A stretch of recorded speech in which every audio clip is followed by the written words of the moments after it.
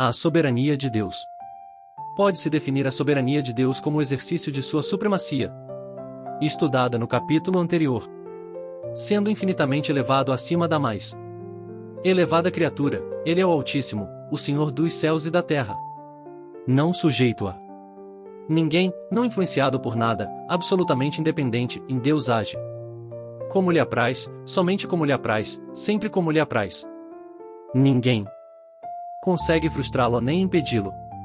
Assim, sua palavra declara expressamente: o meu conselho será firme, e farei toda a minha vontade. Isaías capítulo 46. Versículo 10. Segundo a sua vontade ele opera com o exército do céu e os moradores da terra. Não há quem possa estorvar a sua mão. Daniel capítulo 4, versículo 35. O sentido da soberania divina é que Deus é Deus de fato, bem como é de nome, que ele ocupa o trono do universo dirigindo todas as coisas, fazendo todas as coisas, segundo o conselho da sua vontade. Efésios capítulo 1, versículo 11.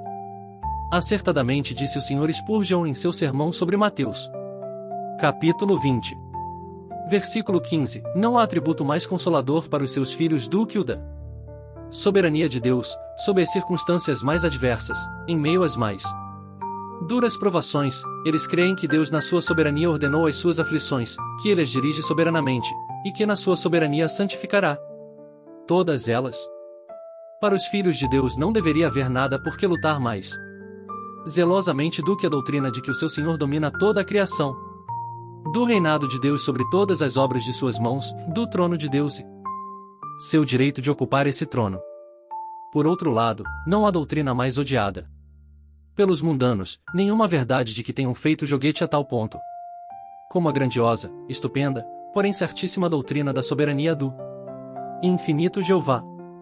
Os homens se dispõem a permitir que Deus esteja em toda parte, menos no seu trono. Dispõem-se a deixá-lo em sua oficina formando mundos e criando estrelas. Deixarão que esteja em seu dispensário a distribuir esmolas e a conceder benefícios. Permitirão que fique sustentando a terra e mantendo firmes as suas colunas, que acenda os luzeiros do céu e governe as irrequietas ondas do oceano, mas quando Deus sobe ao seu trono, suas criaturas rangem os dentes, e quando nós proclamamos um Deus entronizado, e seu direito de fazer o que quiser com o que lhe pertence, como também de dispor de suas criaturas como ele achar melhor, sem consultá-las sobre a questão, então os homens nos vaiam, nos amaldiçoam e se fazem de surdos para não nos ouvir, porquanto Deus no seu trono não é o Deus que eles amam, mas é Deus no seu trono que muito nos agrada pregar. É em Deus no seu trono que confiamos. Tudo o que o Senhor quis, ele o fez, nos céus e na terra, nos mares e em todos os abismos. Salmo capítulo 135. Versículo 6. Sim, dileto leitor, tal é o imperial potentado, revelado nas Escrituras Sagradas. Sem rival em majestade, ilimitado em poder, imune de tudo quanto lhe é alheio. Mas estamos vivendo dias em que até mesmo os mais ortodoxos parecem ter medo de admitir em termos próprios a deidade de Deus. Dizem que acentuar a soberania de Deus exclui a responsabilidade humana quando, na verdade, a responsabilidade humana baseia-se na soberania divina e desta é resultado. Mas o nosso Deus está nos céus, faz tudo o que lhe apraz. Salmo 115, 3. Ele escolheu soberanamente colocar cada uma de suas criaturas na condição que pareceu bem aos seus olhos. Deus criou anjos, e a alguns, colocou num estado condicional, a outros, deu uma posição imutável diante dele, a 1 Timóteo 5.21, estabelecendo Cristo como sua cabeça, a Colossenses 2.10. Não passemos por alto o fato de que tanto os anjos que pecaram, a 2 Pedro 2.5, como os que não pecaram, eram suas criaturas. Contudo, Deus previu que aqueles cairiam, não obstante, colocou-os num estado condicional, próprio das criaturas mutáveis, e permitiu que caíssem, embora não sendo o autor do pecado deles. Assim também Deus colocou soberanamente Adão no jardim do Éden num estado condicional. Se lhe aprovesse, tê-lo-ia colocado num estado incondicional, poderia tê-lo colocado numa posição tão firme como a dos anjos, que não caíram, posição tão segura e imutável como a dos santos em Cristo. Em vez disso, porém, preferiu colocá-lo no Éden sobre a base da responsabilidade como criatura, de modo que permanecesse ou caísse conforme correspondesse ou não à sua responsabilidade, de obediência ao seu Criador. Adão foi feito responsável a Deus pela lei que o Criador lhe deu. Responsabilidade existia aí no jardim, responsabilidade intacta, submetida à prova sob as mais favoráveis condições. Ora, Deus não colocou Adão num estado condicional e de criatura responsável porque fazê-lo era justo. Não, era justo porque Deus o fez. Tampouco Deus deu existência às criaturas porque era justo que o fizesse, isto é, porque estava obrigado a criar, mas sim era justo porque ele o fez. Deus é soberano. Sua vontade é suprema. Longe de estar sujeito a qualquer lei sobre direito, Deus é lei para si próprio, de modo que tudo quanto ele faz é justo. Ai do rebelde que levante questão sobre a sua soberania. Ai daquele que contende com o seu Criador. O caco entre outros cacos de barro. Porventura dirá o barro ao que o formou, em que fazes? Isaías 45.9. Ainda mais, o Senhor Deus colocou soberanamente Israel numa posição condicional. Os capítulos 19, 20 e 24 de Êxodo dão provas abundantes e claras disto. Israel estava sob um pacto de obras. Deus lhe deu certas leis e fez que as bênçãos para a nação dependessem da sua observância dos estatutos divinos. Mas Israel era duro de cerviz e incircunciso de coração. Rebelou-se contra Jeová, abandonou sua lei, voltou-se para os falsos deuses, apostatou. Em consequência, o juízo divino caiu sobre Israel e este foi entregue às mãos dos seus inimigos, foi disperso por toda a terra, e até hoje permanece sob a pesada severidade do desfavor de Deus. Foi Deus que, no exercício de sua sublime soberania, colocou Satanás e seus anjos, Adão e Israel em suas respectivas posições de responsabilidade. Entretanto, longe de acontecer que a sua soberania retirasse das criaturas a sua responsabilidade, foi pelo exercício da mesma que ele as colocou em estado condicional sob as responsabilidades que julgou apropriadas, em virtude de cuja soberania, vê-se que ele é Deus sobre todos.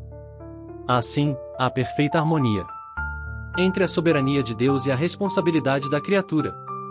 Muitos têm dito tolamente que é de todo impossível mostrar onde termina a soberania divina e começa a responsabilidade da criatura. A responsabilidade da criatura começa aqui e na ordenação soberana do Criador. Quanto à sua soberania, não há aí nunca haverá nenhum fim para ela.